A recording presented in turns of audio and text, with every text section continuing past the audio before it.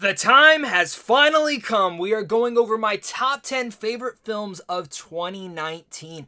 This has been a really hard year. This list has shifted back and forth, and I cannot wait to hear what your guys' thoughts are. What are some of your favorite films of this year? Make sure to leave a comment down below, and if you guys are new here, make sure again to hit that like and subscribe button so you guys never miss out on content like this. Early movie reviews next year in 2020. Tons of big content coming out, and look forward to in the first week of January. I will be giving out a couple special videos that are going to be starting and really formulating for what 2020 is going to be all about. So if you guys want to be a part of that, you guys want to be a part of this channel, make sure again to hit that like and subscribe button so you guys don't miss out on any sort of that content. Again, I can't wait to hear your guys' thoughts on what your favorite films of this year were, but without further ado, let's get started. Let's get into my top 10 favorite films from 2019.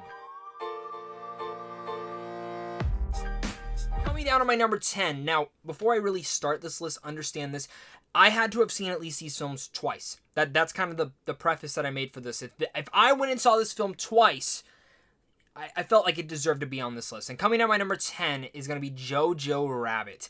This is a movie that I shifted back and forth for quite a bit until I finally got to see it for a second time. And my God, Taika Waititi, I really think this film should be a frontrunner for Best Picture, if anything. I think Taika Waititi's direction is perfection in here. I think his script is fantastic, but the direction in here is what kept me so strong with this. It's a hate satire taking place in World War II about a young 12-year-old, 10-year-old boy or whatever who wants to join the Nazi army, but his imaginary friend Adolf Hitler doesn't like that his mother is keeping a Jewish woman in their attic. Fascinating.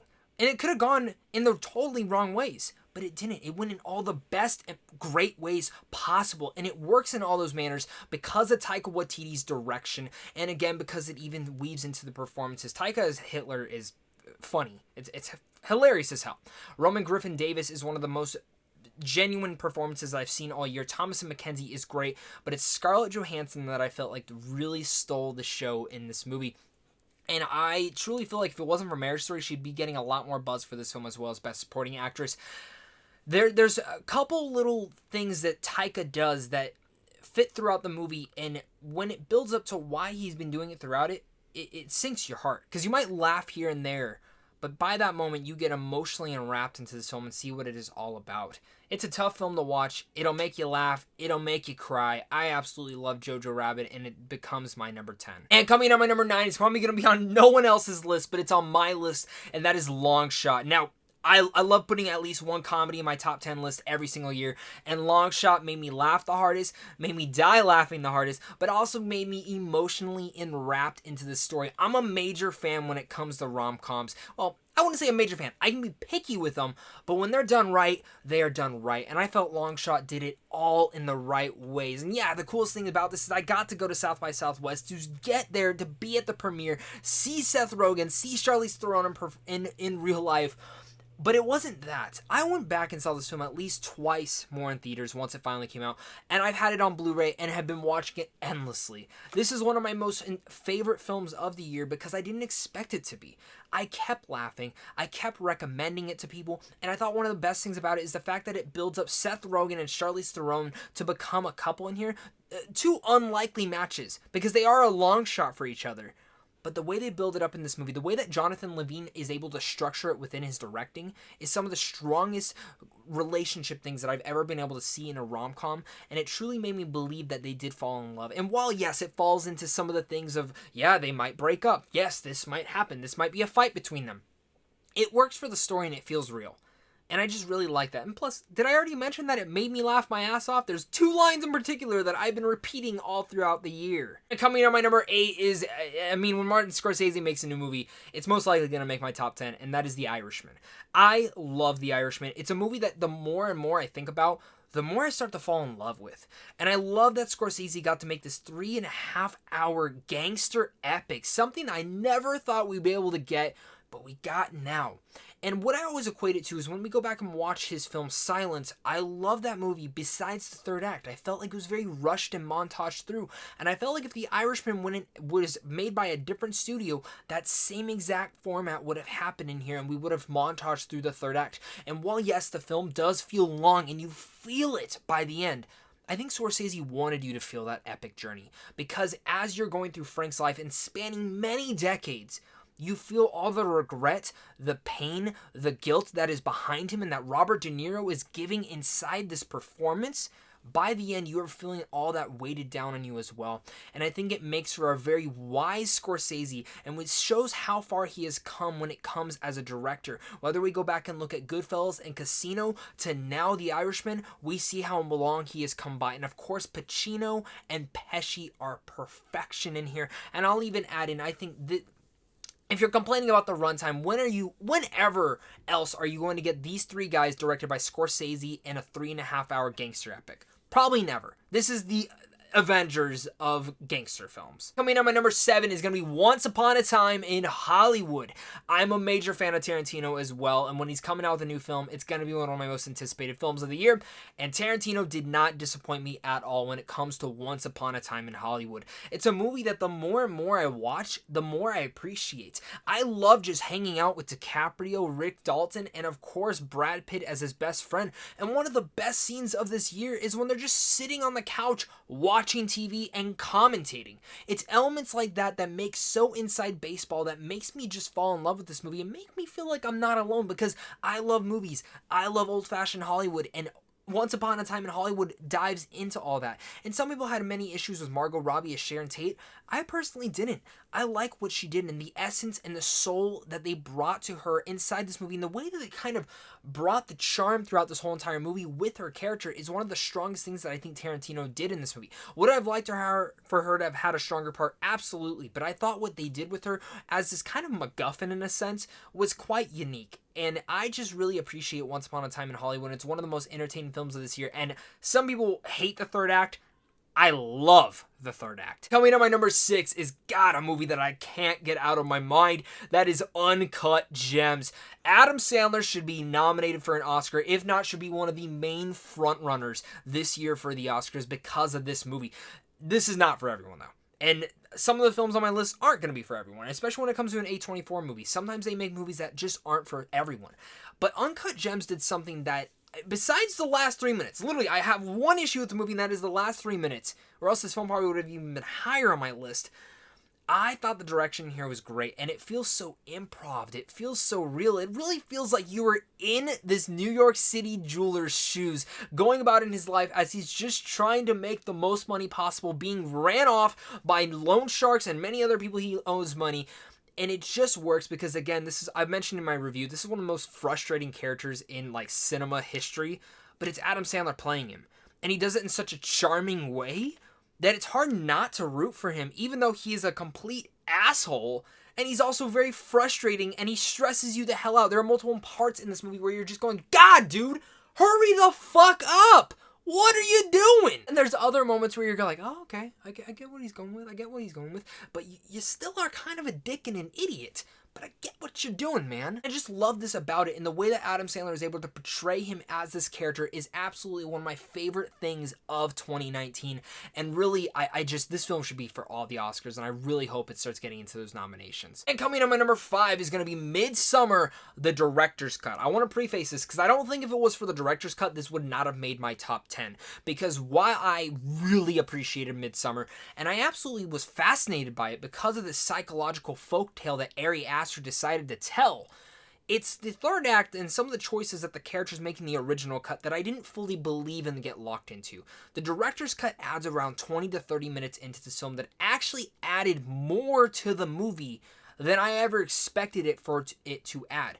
And it was quite unique in that fact because I didn't expect it to actually add and change my thoughts on certain character developments and where those might go. Besides that, it's what Ari Aster has to say about relationships in here. I can very much see what is going on here. And being in a toxic relationship, I think many of us have been before. I think what Midsommar has to say about it is quite one of the most unique ways of talking about it. Yes, is it pretty much a remake of The Wicker Man? Sure. But I think Ari Aster made it his own within his direction and within the mythology building inside this cult-like area. The cinematography is great, and I already mentioned Florence Pugh in one of my other lists. She is jaw-dropping awesome in this movie, and I thought she was fantastic, and really all the performances are great in here. It has a weird, wicked humor to it, a weird horror tone to it, but I just couldn't take my eyes off the screen, and it felt like I was watching a canvas being painted right in front of me. It's like if you take acid, which I've never done, but if you took acid and just sat there watching someone paint something. It's like Midsummer is doing that to you. Before I get to the rest of my list, guys, make sure again to hit that like and subscribe button and comment down below. Let me know what your guys' thoughts are on this list. Do you guys agree with me? Do you not? Let me know what your guys' thoughts are down below and what your guys' list would be, because that's the best thing about film. It's subjective. You might disagree with my list, and I might disagree with yours, but I love seeing everyone else's list and having a great discussion down below in the comments, guys. So make sure again to hit that like and subscribe button. Comment down below, and if you guys want to check out films early in 2020, make sure to head over to SandwichJohnFilms on how to see films early. And of course, a big thank you to you and a big thank you to my Patreon supporters, because without you, I wouldn't be able to do this. Of course, I always do have honorable mentions in here, and I want to mention some of those. So, of course, some of my honorable mentions, which some of you guys might kill me, is Knives Out, 1917, which is a brilliant war film, one of the best of this decade as well. Us, I just love Us. I appreciate it more and more that I watch it. Booksmart, Shazam, Far From Home, Endgame, Joker, Ad Astra, Marriage Story, Yes God Yes. I think of Yes God, if I would have been able to see it one more time, the film's not technically out in 2018. I saw it at South by Southwest at its premiere. Fantastic movie. And of course, one that I wanted to mention in here is Serenity. If you didn't get to see my review of that, if you have not seen Serenity 2019, it might not be a great film, but it's one you gotta see. I mean, my number 4 is gonna be Parasite, one of the best movies made of this decade. I love Joon-ho so much. Snowpiercer is one of my favorite films as well of the decade too. There's something about Joon-ho's and his direction that he's able to do inside these movies. And Parasite, just when you look at every element of this movie, whether it's the cinematography, the writing, the script, the tonal shifts that switch back and forth, because this has elements of a comedy to a thriller to horror and even dramatic. It shifts back and forth so many times, but it is one of the most wickedly entertaining movies that I have seen in this decade, and one of the ones that truly captured me. And when you hear many hype going over many months about a movie called Parasite, I didn't see a trailer, I didn't know anything about it. I just saw the poster and I said, what is this movie about? You see the movie, it clicks what it's about right in the first 30 minutes, and you're like, I'm all in. Some people might have issues with the third act and what it has to say, and maybe it gets a little bit too symbolic. I didn't. I was locked in, and I just couldn't stop watching this movie the whole entire time. It's one of the movies that I definitely love going back and rewatching, and I can't wait till it comes out on Blu-ray so I can buy that thing. Coming in at my number 3 is truly one of the most heart-wrenching, most hilarious, but at the same time one of the most touching films of the year, and that is The Farewell. I laughed quite a bit in this movie, but I also cried quite a bit as well. Awkwafina deserves an Oscar nomination hands down for this movie, and it's a movie about this Chinese American who goes back after she finds out that her grandmother is dying. But the thing in this Chinese culture, they don't tell their loved ones that they're dying until they're right there, and it's this whole way of being sucked into this culture that you're not familiar with, and being able to feel like you were there with them and understanding every single element with it. And actually the family aspect of this movie is so strong that you truly feel like you are a part of this family. Lulu's direction in here is absolutely stunning. I really can't believe how great The Farewell is. It's one of my most rewatched films of the year, and I really can't emphasize enough that you guys need to check it out if you didn't get to. And coming to my number 2, I could have easily put this in my most underrated list, but I wanted to save it for my best list, and that is Waves. I loved Waves, and I've gone back and forth with this being my number 1. I think technically this is one of the best made films of the year. From a cinematography, from an editing level, from even the score, it all comes about to make one of the most wildly vibrant films that I've seen this decade, and I think Edward Schultz's direction here helps for that. This is truly like just something different. And the way that the story is told, it's a 2-hour film, but the first half of the story is completely different than the second act. And usually how films like this nature would go is it builds up and then shows one part of the story, but this one decides to show 2 parts. A big event happens by the middle of this film, and it vastly changes what the second half is about and shows the aftermath of it. And I feel like many films like this don't dive into that at all. Plus, Calvin Harrison Jr. is absolutely perfection here. Taylor Russell is fantastic in here as well, and Sterling K. Brown is awesome. I mean, all 3 of these should be nominated across the board. The fact that Waves isn't even being talked about this year at all for any of these is blasphemy, and I think many people aren't even checking it out. Again, the cinematography is great, and there's something that they do with the aspect ratios that the way that it could be distracting for many other films, whether you talk about Transformers The Last Night with Michael Bay, the way that he changed the aspect ratios, he does this for a purpose in the story in Waves, and it's one that keeps you interlocked while also being sucked into this world. Coming on my number 1, I might get crap for this, but I don't care. My number one's Toy Story 4. It's my most rewatched movie of the year, and I've gone back and forth with putting it at my number one. But a big part of that is that I am a giant Toy Story fan. Like, Toy Story is my favorite franchise of all time. And when they announced this movie, I really wasn't looking forward to it. I was excited to get more adventures with Buzz and Woody, but I was also like, Toy Story 3 ended so perfectly. And I think that's how many of us felt. But what I got out of Toy Story 4, and also not really being impressed with the trailers at all, I thought they were cute, but I wasn't locked in yet. I was going into this film very worried, wanting to love it, and I walked out loving it. And every time I watched it afterwards, I loved it more and more. I love what this film has to say about rediscovery in life. And I think for people who aren't getting those purpose, I don't think they've gone through that in their life yet.